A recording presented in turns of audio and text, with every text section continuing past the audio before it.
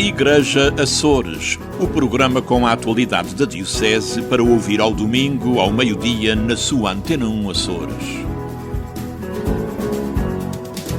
Bem-vindos ao programa Igreja Açores. Estamos no 6º domingo do Tempo Comum e hoje pararemos no Pico para falar com o ouvidor no ano em que um dos centros em torno do qual gravita a vida cristã na Ilha Montanha, o Santuário do Senhor Bom Jesus, celebra o 60º aniversário como Santuário Diocesano. Já lá vamos, para já, à atualidade diocesana. Assinalou-se no dia 11 de fevereiro o 30º Dia Mundial do Doente, desde a sua instituição pelo Papa São João Paulo II.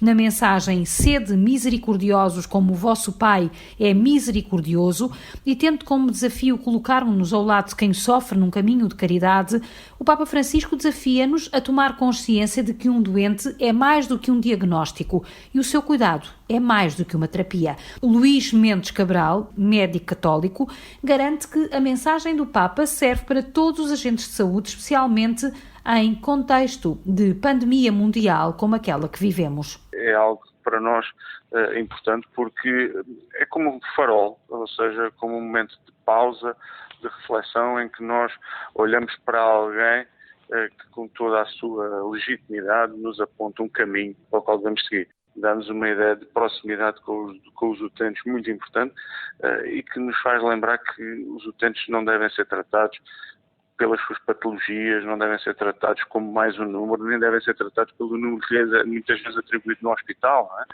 Dá-nos uma ideia muito clara de que mais importante que as patologias dos utentes, mais importante que o número do utente é a pessoa. É a preocupação que essa pessoa tem relativamente ao seu estado de saúde e a ansiedade que ela tem de ver a sua situação de saúde resolvida. Luís Cabral admite que a evolução da ciência deve estar sempre associada à humanização dos cuidados. Os profissionais de saúde, obviamente, escolheram tratar doentes, ou seja, não foi os doentes que escolheram a eles é que escolheram tratar doentes, e isso implica uma componente humana muito grande. Aquilo que nós assistimos, infelizmente, ao longo dos últimos anos é que se pôs muito mais a tónica na ciência do que propriamente na humanidade. Achou-se que com a ciência se resolveria todos os problemas, pensando de uma forma muito concreta, por exemplo, nos problemas de saúde mental, apostou-se muito mais nos tratamentos químicos e em toda a componente de medicação, em detrimento da componente de acompanhamento mais psicológico. E hoje em dia há um certo retrocesso em todo esse processo. Obviamente todo o avanço químico e toda a parte tecnológica, mais uma vez, é boa. Isso nunca deve ser posto de parte e ajuda efetivamente os doentes no seu processo, mas não é suficiente. Uma pandemia mundial e o medo de contágio vieram multiplicar toda esta dificuldade de humanização dos serviços.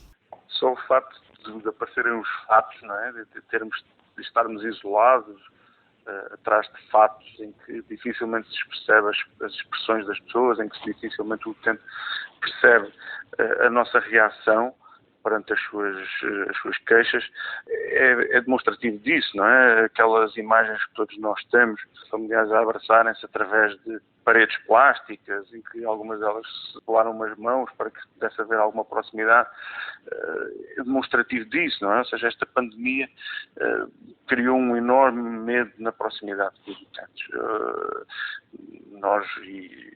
Eu, inclusive, lembro-me das primeiras vezes que me pediram para transportar utentes Covid aqui entre as Ilhas dos Açores, de helicóptero. Tinha um medo enorme daquilo que me poderia acontecer pelo desconhecimento. E a nossa maior preocupação, no princípio, era nós não sermos infectados, ou seja, nós não virarmos mais um número estatístico nesta pandemia. E isso criou distância. Ficam, no entanto, consequências no panorama da saúde mental. Vamos ter consequências disso ao longo dos próximos anos, sem dúvida.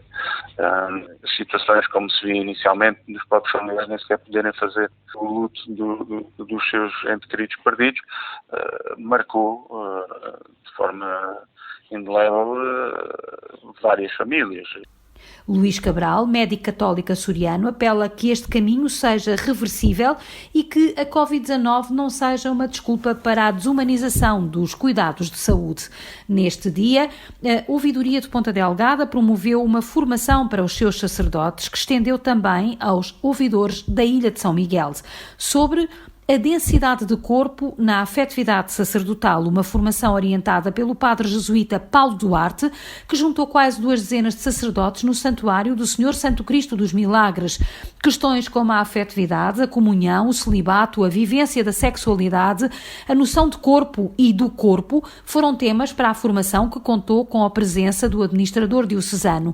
Uma formação que depois foi partilhada também com as comunidades religiosas de São José de Cluny e hospitaleiras do Sagrado Coração de Jesus. O padre Paulo Duarte é o convidado do Palavras que Abrem Caminho, que pode ouvir no sítio Igreja Açores. A rede de lojas ecossolidárias é um projeto da Associação Solidariedade na Ilha de São Miguel. O projeto consiste na recolha de vestuário por toda a Ilha de São Miguel e respectiva venda a preços simbólicos. A solidariedade e a ecologia de mãos dadas, como explicou ao Igreja Açores o presidente da associação, Leonardo Sousa. Esta roupa depois é toda triada, separada, tratada e é colocada à venda, quer através de uma loja fixa que nós temos, quer através da loja itinerante que percorre os concelhos todos da Ilha de São Miguel por temporadas em várias freguesias, dando assim a oportunidade a todas as pessoas de adquirirem os produtos. Os produtos estão à venda por preços muito tabelados e muito simbólicos, que vão desde os 10 cêntimos aos 2 euros. E posso acrescentar que os resultados relativos a 2021, os dados que temos é que passaram pelas nossas lojas mais de 10 mil pessoas e até à data já recolhemos quase 200 toneladas de roupa. A rede de lojas ecossolidárias passa agora por um momento de dificuldades de manutenção. É agora necessária a criação de mais 5 postos de trabalho e as dificuldades financeiras começam a ser muitas. A recolha é feita por nós. Todas as semanas percorremos todos os contentores que estão localizados nos diversos concelhos da Ilha de São Miguel e a manutenção da loja começa por ser um projeto circunscrito, um espaço geográfico para determinada população, pela enorme quantidade de roupa que passamos a receber, pela grande quantidade de pessoas que passaram a recorrer à loja, o projeto disse obrigado a crescer. Neste momento estamos com enorme dificuldade em manter o projeto, ele está mesmo em causa, porque deixamos de ter capacidade de fazer face aos necessários para manter o projeto, embora haja uma componente solidária. Vemos tudo o que é em termos de projetos e de programas de apoio ao emprego, e neste momento deixamos de ter esta capacidade. Já fizemos uma apelo ao Governo Federal dos Açores, estamos a aguardar, o subpresidente do Governo comprometeu-se connosco e a tentar resolver esta situação, estamos a aguardar também uma audiência com o Sr. Vice-Presidente do Governo, mas a situação é urgente de ser resolvida. Leonardo Sousa garante que se trata de uma questão solidária, ambiental e, acima de tudo, para assegurar a dignidade humana de muitas famílias em São Miguel desde 2015 e que chega a famílias que não são elegíveis para apoios sociais. E nos últimos 3 anos cresceu enormemente. Posso lhe dizer que até dezembro de 2021 nós tínhamos uma média de 35 pessoas por dia a frequentar a nossa loja fixa e este número, a partir de janeiro, aumentou substancialmente e neste momento devemos ter uma média de 50 pessoas a frequentar a loja fixa, uma vez que as lojas itinerantes têm sido reduzidas devido à questão da pandemia. Mas ela está também muito direcionada, sobretudo para aquele tipo de pessoas que não está sinalizada nos serviços como têm necessidade de receber apoios sociais, mas que ao mesmo tempo também têm alguma dificuldade na sua gestão dos seus recursos financeiros mensais. Esta é a grande população a grande massa que frequenta as nossas lojas e que achamos que é muito importante, porque isto permite a estas pessoas adquirindo produtos a preços simbólicos, como já disse, entre os 10 cêntimos e os 2 euros, fica alguns recursos para ajudar na economia familiar, nomeadamente nas despesas de educação, as despesas de água, luz, alimentação. Famílias que não chegam a ter o apoio do Centro Regional de Emergência e que veem neste projeto uma forma de poderem assegurar algo tão básico quanto ter que vestir.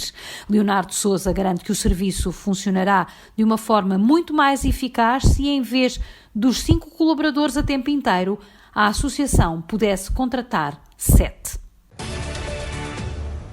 A equipa diocesana da Pastoral Familiar reuniu no passado dia 8, por videochamada, com a presença do administrador diocesano cônego Hélder Fonseca Menes. Anita Dias, do casal responsável pelo serviço diocesano, faz o ponto da situação ao Igreja Açores e garante que a pastoral territorial está a avançar aos poucos. Foi extremamente gratificante notar que as equipas das diferentes ouvidorias estão mais coesas e o seu trabalho em prol das famílias mais consistente. Ao longo desta reunião foram referidas inúmeras iniciativas e atividades desenvolvidas, desde a preparação para o matrimónio, preparação para o batismo, diversas celebrações em prol da família, portanto, que tenham sobre a temática a família e que constam no nosso programa anual da Pastoral Familiar, o acompanhamento às famílias em sofrimento em diversas situações, até às iniciativas desenvolvidas a partir dos folhetos mensais, com sugestões de atividades que nós, a equipa diocesana, elaboramos e enviamos todos os meses para as ouvidorias. Esta evolução deveu-se, sem dúvida, ao trabalho que está a ser realizado nas ouvidorias. Mas também eu quero acreditar todo o trabalho de acompanhamento desenvolvido pela equipa diocesana, especialmente na deslocação física que foi feita às diferentes ouvidorias nos passados meses de outubro e novembro.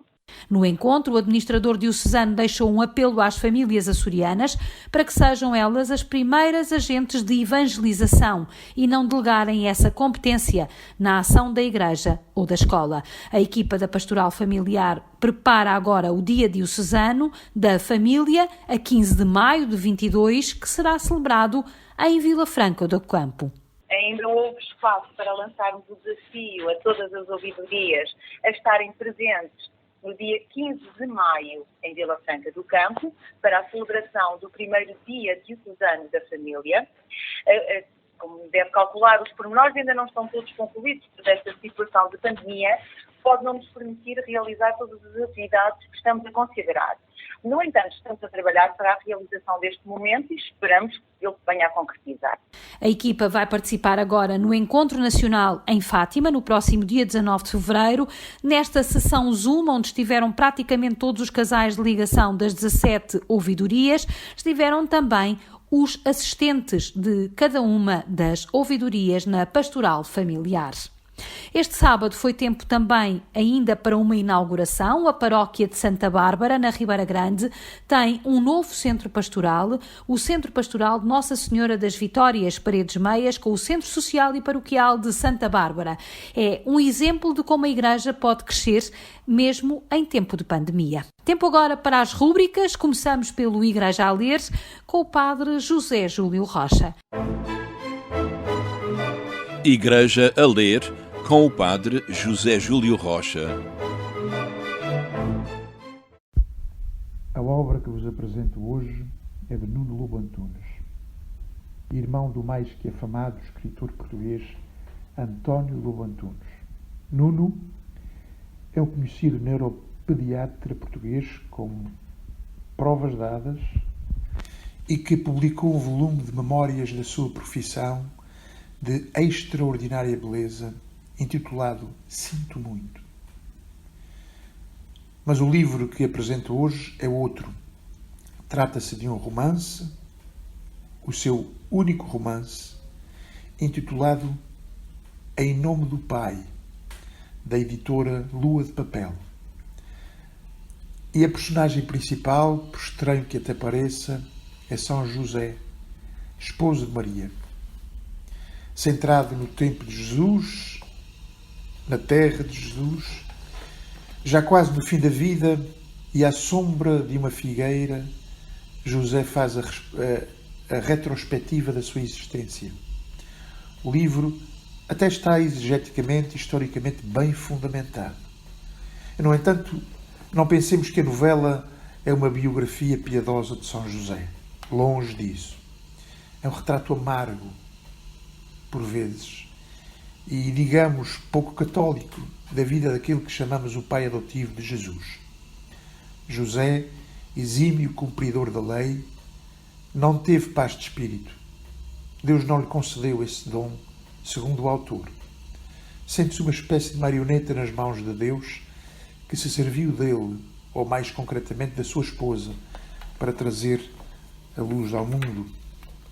José não compreende esse Deus, que põe e dispõe dos homens, questiona o Criador, que não respeita a obra criada, que nega o livre-arbítrio, que envia o Filho à terra e o deixa morrer na cruz como um ladrão. Por isso, hoje, entre o nascer e o pôr do sol, o carpinteiro vai armar-se de razões e julgar quem de tudo devia ser juiz. E, portanto, como vemos aqui, este livro é uma espécie de analepse. Já quase no fim da vida, São José recorda os episódios mais marcantes dessa mesma vida e questiona Deus. Em Nome do Pai é uma extraordinária obra de ficção que ilumina uma das personagens menos conhecidas da Bíblia, o pai de Jesus, São José, que nas Escrituras Sagradas às vezes pouco passa de uma nota de rodapé. Agora tem a sua história, tem o seu passado. A prosa do livro é belíssima. Vem no sangue a arte destes homens, destes irmãos. O livro deve ler-se devagar, saboreando a bela simplicidade das frases, os parágrafos bem construídos, a forma suave como o autor descreve até as cenas mais dramáticas. E apesar de tudo, há na obra uma extraordinária descrição de Maria, uma admiração por Maria, que não sendo aquela que a Igreja apresenta, é, no entanto, um louvor à mulher, à sua beleza interior e, por que não, à sua santidade. E agora, o Entrevistas e o Padre Teodoro Medeiros. Entre Vistas, com o Padre Teodoro Medeiros.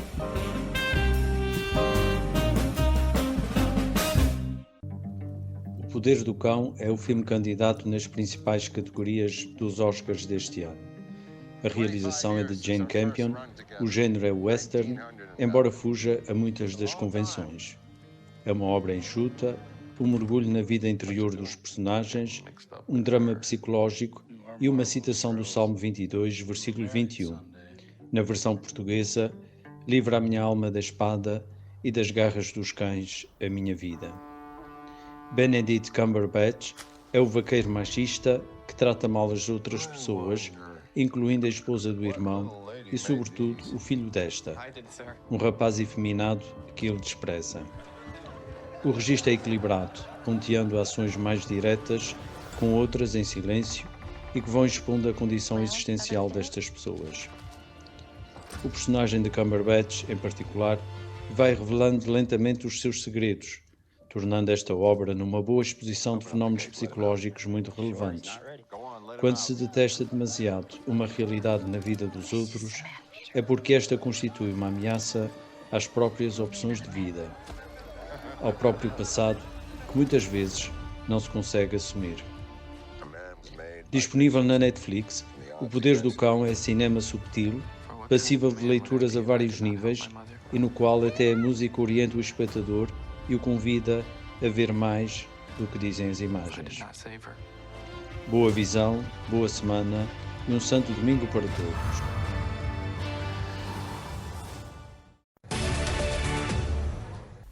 Chegamos agora ao Pico para falarmos com o ouvidor da ilha. Obrigado, Padre Marco Martinho.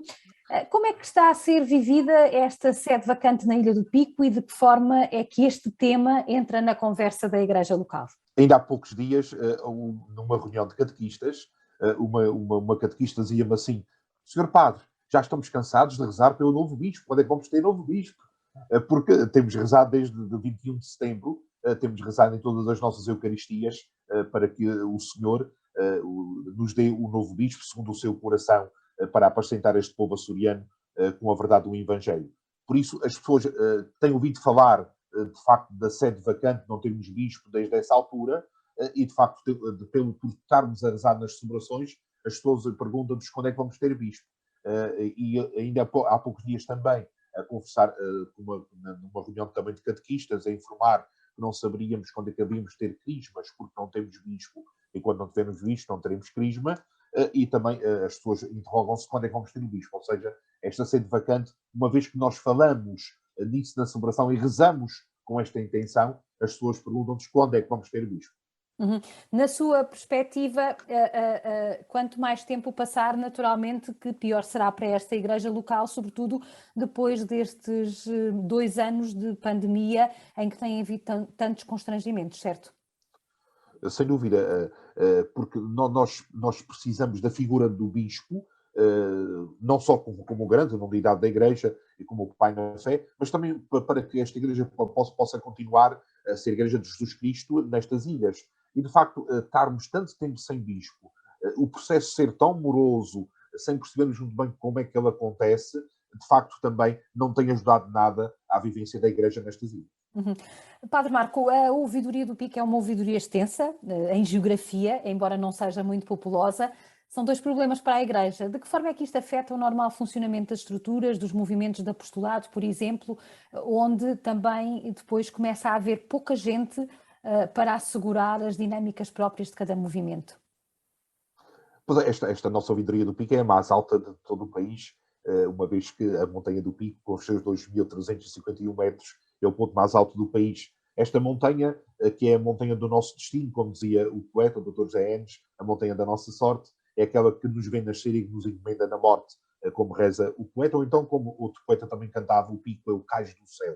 Neste cais do céu que é o Pico, de facto, na primeira visita pastoral que o Sr. Dom António de Sousa Braga fez à ilha em 2001, ele dizia que o Pico era um vulcão também do ponto de vista da fé, um vulcão adormecido do ponto de vista da fé.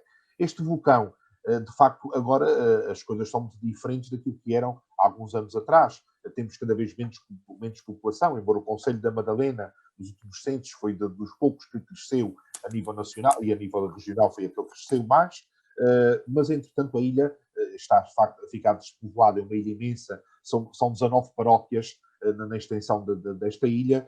Destas 19 paróquias, temos paróquias muito pequeninas que não chegam a 400 habitantes. Ou seja, no meio desta pequenez da ilha, no sentido populacional, a nível da vivência cristã, tem sido também muito difícil, nestes tempos de pandemia, em que há sempre um receio do encontro, do aproximar, embora depois de termos passado aquele deserto do ano 2020, em 21 começámos a recuperar a partir do verão. No entanto, agora a partir de dezembro, novamente, uma grande quebra na vivência das nossas celebrações. E isto afeta também a vida pastoral, porque as catequeses estão condicionadas, os aspectos da formação litúrgica, a formação catequética, dos vários pontos da formação dos nossos leigos, dos nossos agentes pastorais, fica tudo comprometido. Por isso tem sido um pouco a conta-gotas e de acordo com a situação pandémica que também tem assolado esta ilha montanha. Essa era uma questão que eu tinha para lhe colocar. Naturalmente que há uma centralidade eucarística na vida de um cristão, mas a vida do cristão também não se pode só resumir à participação na missa e à participação na Eucaristia. Como é que estamos em termos de pastoral e em termos de movimentos, sobretudo dos movimentos de apostolado? Sim, o Pico é uma ilha que não é forte em movimentos de apostolado. Temos poucos movimentos e aqueles que têm estão a funcionar, nomeadamente a nível da juventude. O CNE funciona na ilha com vários agrupamentos, em que os seus encontros também têm estado condicionados de acordo com a situação pandémica. A nível, por exemplo, um movimento que não tem falhado é a Caritas, que está também estruturada em toda a ilha, nas várias zonas pastorais, ou que nunca fechou portas e tem estado atenta às dificuldades que têm aparecido. O movimento dos Cursinhos de Cristandade tem feito algumas atividades, entretanto depois teve que cancelar outras. Os catequistas têm tido algum momento de formação. E teremos agora na próxima quaresma alguma formação bíblica ou também litúrgica, mas tudo muito dependente da situação pandémica. Por isso, além da celebração da Eucaristia, que é o centro e fonte da nossa vida de cristãos, a nível das dinâmicas dos vários sectores de pastoral, têm sido muito condicionados com a situação pandémica. A ouvidoria tem um santuário diocesano com muita expressão, com muita representatividade, não só na ilha, mas também ao nível das ilhas, sobretudo das ilhas do Grupo Central, chamadas Ilhas do Triângulo. De que forma é que a presença deste santuário também molda uma pastoral diferente? Uma pastoral talvez mais territorial?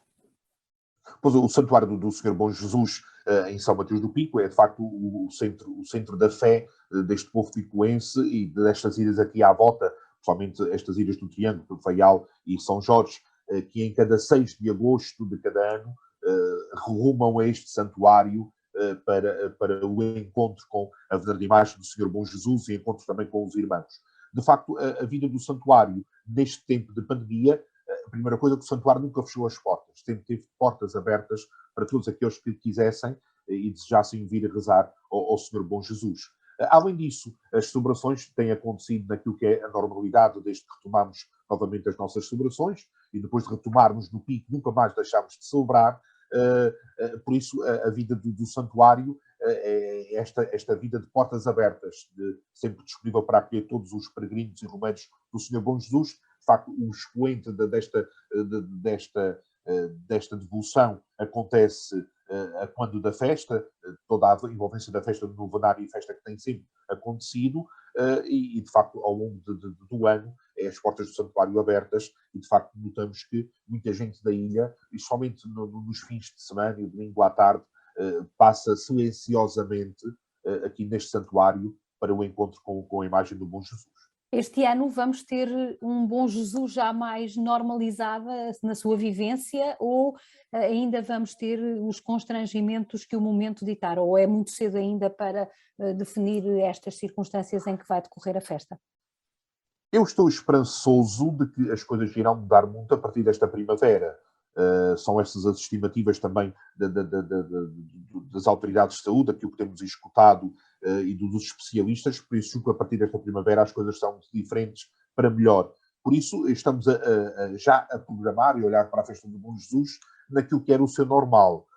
Embora não sei, este normal se voltará novamente a acontecer, mas já julgo que sim, porque nós temos celebrado, mesmo nestes 2 anos de pandemia, sempre a festa com o aspecto da missa campal e sem as procissões, mas julgo que já podemos regressar às procissões, e a primeira que realizámos no pico pós-pandemia foi aqui no Santuário do Senhor Bom Jesus, a 21 de setembro, na festa de São Mateus, que voltámos a sair à rua em procissão, a administração pública da nossa fé. Julgo que irá acontecer, porque de facto para os devotos e para os romanos do Senhor Bom Jesus, a procissão tem um impacto muito grande, e 2 anos sem procissão foram 2 anos sem o pagamento daquelas promessas específicas da procissão, em que as pessoas querem que aconteça. Por isso julgo que este ano teremos a oportunidade de ter a festa em todo o seu expoente.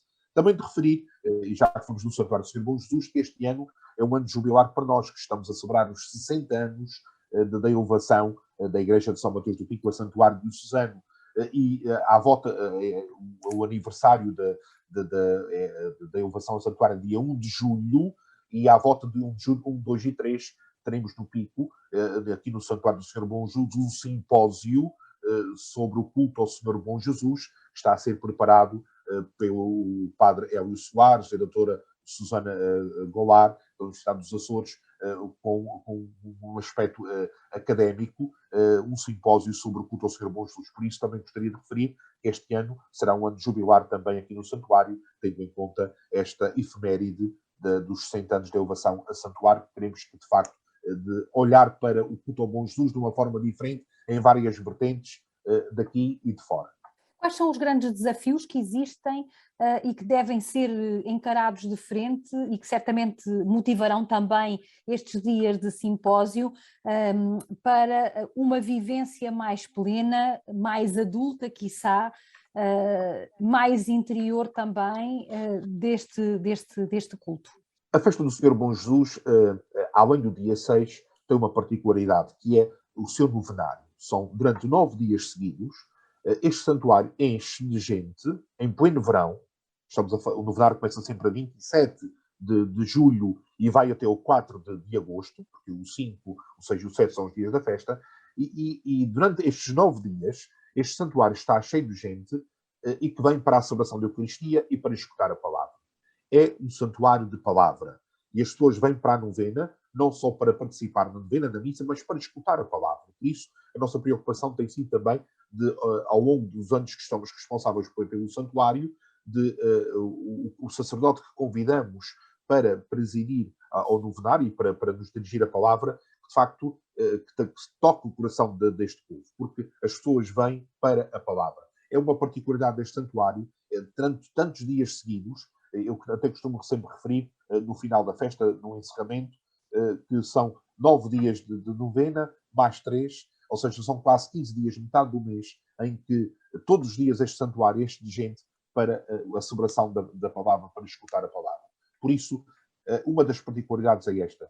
E pegando na pergunta da Carmo, julgo que a nossa missão de santuário é levar que esta palavra de Deus possa ter eco na vida concreta das pessoas. E na vida concreta das pessoas que vivem neste tempo e que aqui vêm ao santuário para que tenham uma luz, tenham uma orientação para a sua vida. Essa tem sido uma das nossas grandes preocupações. Ou seja, o encontro com a imagem de Bom Jesus, mas para a escuta da palavra no concreto da vida das pessoas. Estamos à conversa com o ouvidor do Pico, o padre Marco Martinho. Falámos de uma manifestação de religiosidade popular do Pico, de uma das centralidades, digamos assim, da dimensão da fé dos picoenses, mas também dos açorianos, sobretudo das ilhas do Grupo Central. Coloco-lhe agora uma questão relativamente a outra expressão desta religiosidade popular, que é o Espírito Santo, que também tem sido vivido com muitos constrangimentos, quiçá sobrelevou nestes últimos 2 anos aquilo que é o essencial da festa, que é a caridade, que é o amor ao próximo, a partilha, este grande império do amor, mas tem sido sempre uma celebração um pouco mais coxa. Aquilo que lhe pergunto é se a ouvidoria já tomou também alguma decisão relativamente às festas do Divino Espírito Santo, uma vez que há bocadinho mostrou algum otimismo sobre o regresso de uma certa normalidade a partir da primavera. Se já vamos ter Pentecostes, efetivamente, e Trindade. Assim o esperamos. Quando, em 2020, tivemos que nos remeter às nossas casas, e depois quando retomámos no mês de maio, e quando fomos acompanhando sempre a situação pandémica, naquela altura muito difícil, que foi o ano 2020, uma coisa que nós nunca gostei foi de ouvir a palavra cancelados, estão canceladas as festas do Espírito Santo. E com as Irmandades, nós, e que são muitas as Irmandades na Ilha do Pico, de facto a grande devoção e a vivência das comunidades nas festas do Espírito Santo, a velocidade popular marca em todos os Açores, e particularmente do Pico com as festas do Espírito Santo, nós fizemos ver às Irmandades que as festas não estavam canceladas, seriam vividas de outra forma. E que as Irmandades não deixassem de ter os gestos habituais de caridade e se reinventassem nestes gestos de caridade.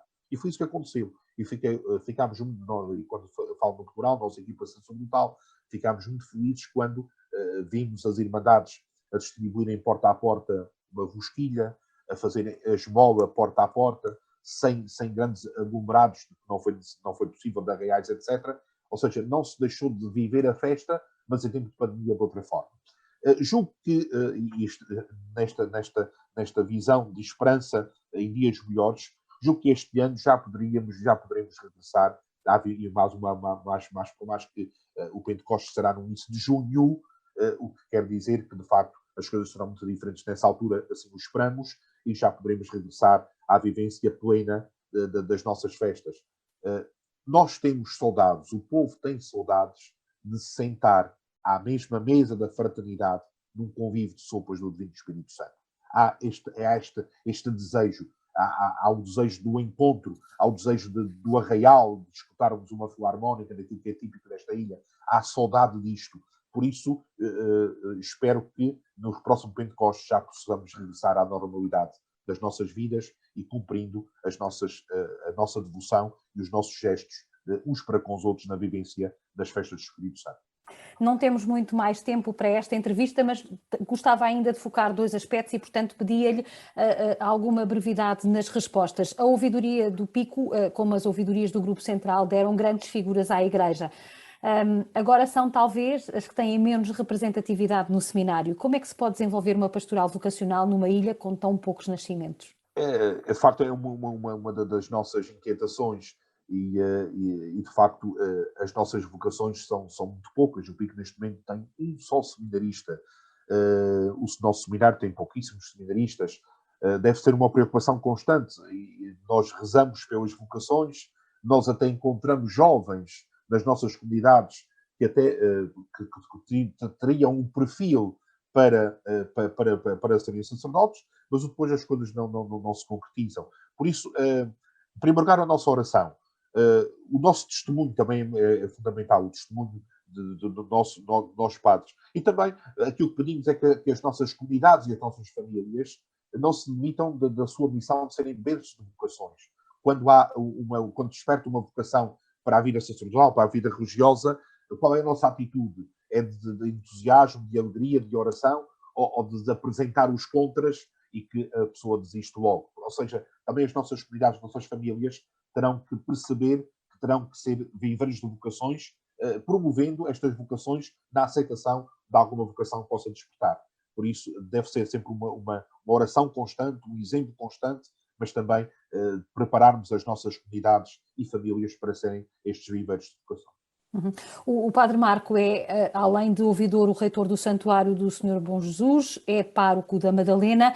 Quais são os desafios mais imediatos que considera serem relevantes para a ouvidoria do Pico? Nós julgo que o desafio constante é de estarmos próximos do nosso povo.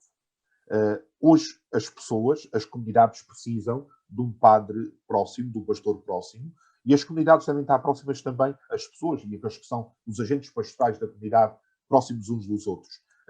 A nossa igreja tem que ser esta igreja do Papa Francisco, uma igreja de saída, uma igreja de proximidade e uma igreja de caridade, de misericórdia. Talvez o que nos falta muito é a vivência da misericórdia uns para com os outros. Muito obrigada, agradeço ao Padre Marco Martinho, ouvidor, reitor do Santuário do Bom Jesus e pároco da Madalena, como acabei de dizer. Termina aqui o programa Igreja Açores, no 6º domingo do Tempo Comum, um dia em que a palavra de Deus que nos é proposta leva-nos a refletir sobre o protagonismo que Deus e as suas próprias propostas têm na nossa existência. Até para a semana. Igreja Açores, o programa com a atualidade da Diocese para ouvir ao domingo, ao meio-dia, na sua Antena 1 Açores.